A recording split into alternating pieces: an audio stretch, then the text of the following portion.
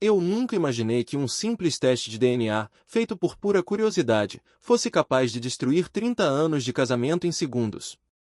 Quando vi o resultado, meu mundo parou. Meus 3 filhos, Ricardo, Gabriel e David, não eram meus. A mulher que eu amava tinha me traído a vida inteira. Mas em vez de explodir, eu sorri. Porque a vingança mais dolorosa não é gritar. É fazer ela assistir, dia após dia, enquanto a família perfeita que ela construiu em cima de mentiras desmorona completamente. E eu seria o arquiteto de cada tijolo que cairia. Lembro-me bem daquele dia.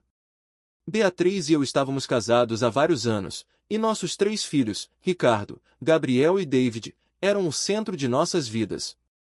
Éramos uma família unida, a mesa estava sempre animada e havia momentos de alegria no dia a dia. Eu me dedicava a dar-lhes o melhor, acreditando que tudo isso era fruto do nosso amor verdadeiro. Mas então, por curiosidade, decidi fazer um teste de DNA, um daqueles testes online que prometem comprovar a paternidade.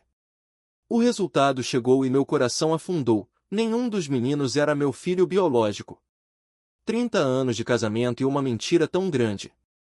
Em vez de guardar para mim, decidi conversar com Beatriz naquela mesma noite. Mostrei-lhe o resultado e perguntei o porquê. Ela empalideceu, negando tudo. É um engano, Miguel.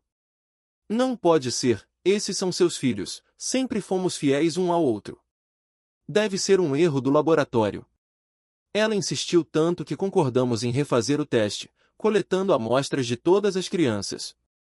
Enquanto esperávamos pelos novos resultados, fingi acreditar na explicação dela, mas, no fundo, estava determinado a conduzir minha própria investigação.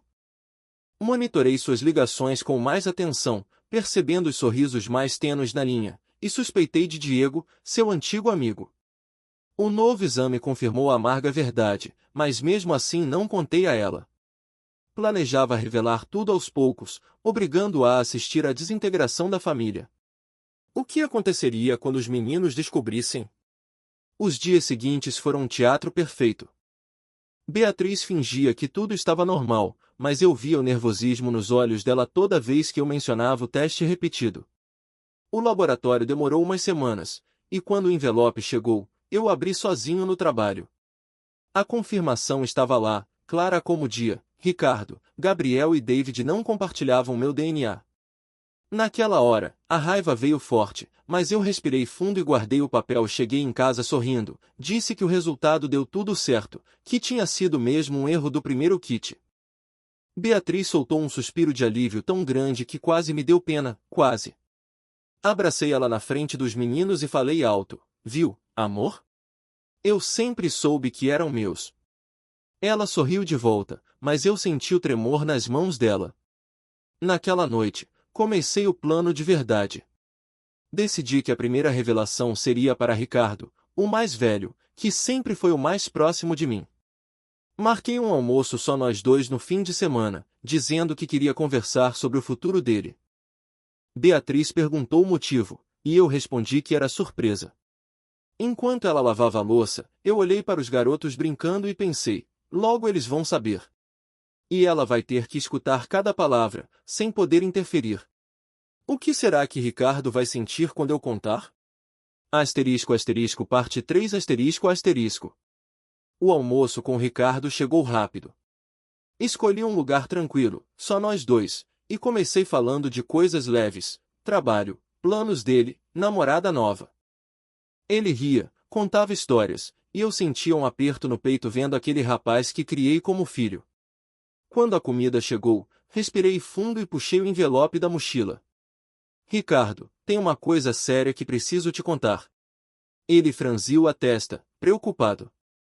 Mostrei os 2 testes de DNA, expliquei tudo com calma, o primeiro por curiosidade, o segundo para confirmar, e o resultado igual. Você não é meu filho biológico. O garfo dele parou no ar. Ele leu os papéis várias vezes, os olhos marejados. Pai, como assim? A mãe sabe. Eu disse que Beatriz negava, achava que era erro, mas os fatos estavam ali. Ricardo ficou em choque, perguntou sobre os irmãos, e eu respondi que sim, os 3. Ele abraçou forte, chorando, Para mim você sempre vai ser meu pai, Miguel. Aquilo me partiu, mas também me deu força. Quando voltamos para casa, ele estava quieto no carro. Beatriz nos recebeu com sorriso, perguntou como tinha sido o almoço. Ricardo olhou para ela de um jeito diferente, e eu sorri por dentro. A primeira rachadura estava feita. O que Gabriel vai dizer quando souber? Depois do que aconteceu com Ricardo, a casa mudou de clima. Beatriz percebia que ele estava mais distante com ela, respondendo curto, evitando abraços. Ela me perguntava o que tinha rolado no almoço, e eu só dizia que conversamos sobre a vida. Ricardo me ligava quase todo dia, querendo entender mais, perguntando se eu sabia quem era o pai biológico. Eu disse que suspeitava de Diego, um cara que ela conhecia desde jovem, e mostrei algumas mensagens antigas que encontrei no celular dela enquanto ela dormia. Ele ficou furioso, mas prometeu guardar segredo até eu decidir o próximo passo. Aí marquei uma conversa com Gabriel, o do meio, que sempre foi o mais sensível. Levei ele para passear de carro num domingo à tarde, só nós dois. Contei tudo do mesmo jeito, os testes, a confirmação, que os três não eram meus biologicamente. Gabriel chorou muito, perguntou várias vezes por quê, pai? Por que a mãe fez isso? Eu abracei ele e disse que eu também não entendia, mas que o amor que a gente construiu era real. Quando chegamos em casa, Beatriz viu os olhos vermelhos dele e tentou puxar conversa, mas Gabriel se trancou no quarto. Ela me olhou assustada. O que está acontecendo, Miguel? Eu sorri e disse nada, amor.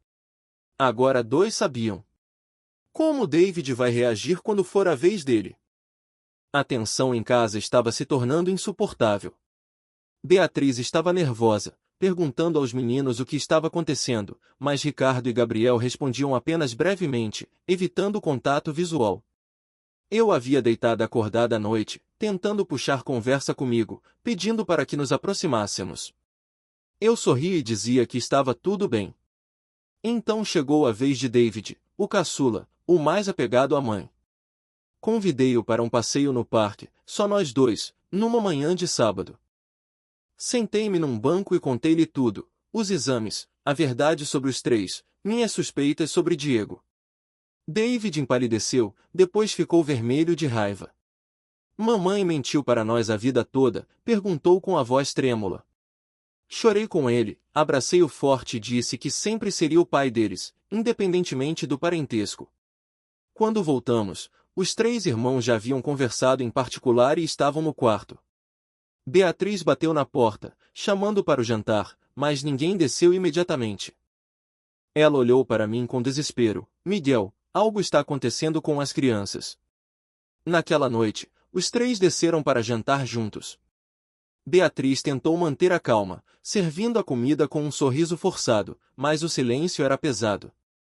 Ricardo encarava o prato fixamente, Gabriel mexia inquieto nas batatas, sem comer, e os olhos de David estavam vermelhos. De repente, Ricardo ergueu a cabeça e disse com firmeza, Mamãe, precisamos conversar. Beatriz congelou, a colher caindo de sua mão. Gabriel continuou, Papai nos contou tudo. Os resultados do teste de DNA. Sabemos que ele não é nosso pai. David acrescentou, com a voz embargada pela emoção, e ele também sabe sobre o Diego. A expressão de Beatriz escureceu. Ela tentou negar novamente, isso é loucura, meus filhos, isso é um engano. Mas Ricardo jogou os papéis sobre a mesa, 2 testes lado a lado. Pare de mentir, mamãe. 30 anos. Beatriz começou a chorar, pedindo desculpas, dizendo que nos amava, que tinha medo de perder a família. Os meninos não quiseram ouvir mais nada.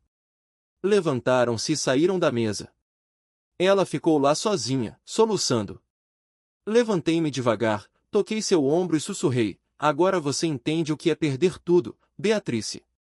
Naquela noite, ela dormiu no sofá. Subi as escadas, fechei a porta do quarto e comecei a arrumar minhas coisas em silêncio. Amanhã seria seu último dia nesta casa como dona. O que ela faria quando eu partisse para sempre? No dia seguinte, a casa estava completamente silenciosa. Beatriz passou a noite no sofá, com os olhos inchados de tanto chorar.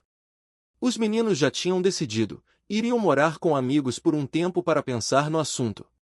Ricardo me ligou de manhã cedo, dizendo que os três queriam manter contato comigo, mas precisavam ficar longe da mãe. Eu, claro, concordei. Terminei de arrumar minhas malas enquanto ela observava da porta da cozinha. Miguel, por favor, não vá. Podemos resolver isso, eu repensei tudo, eu juro, ela implorou, com a voz trêmula. Parei, olhei-a nos olhos e disse calmamente, você teve 30 anos para entender isso, Beatriz. Agora é tarde demais. Eu criei esses meninos como se fossem meus filhos, dei tudo a eles, e você estragou tudo com mentiras. Eles sabem de tudo e escolheram o lado deles. Ela caiu de joelhos, chorando, mas eu não a toquei. Peguei minhas malas, abracei os meninos, que já esperavam um táxi na porta, e fui embora. Alguns meses depois, comecei uma nova vida, aluguei um apartamento simples, comecei a viajar mais, retomei o contato com velhos amigos e os meninos vinham me visitar todo fim de semana. Beatriz ficou sozinha na casa grande, com lembranças e um vazio imenso. Ela havia perdido a família que construíra sobre mentiras.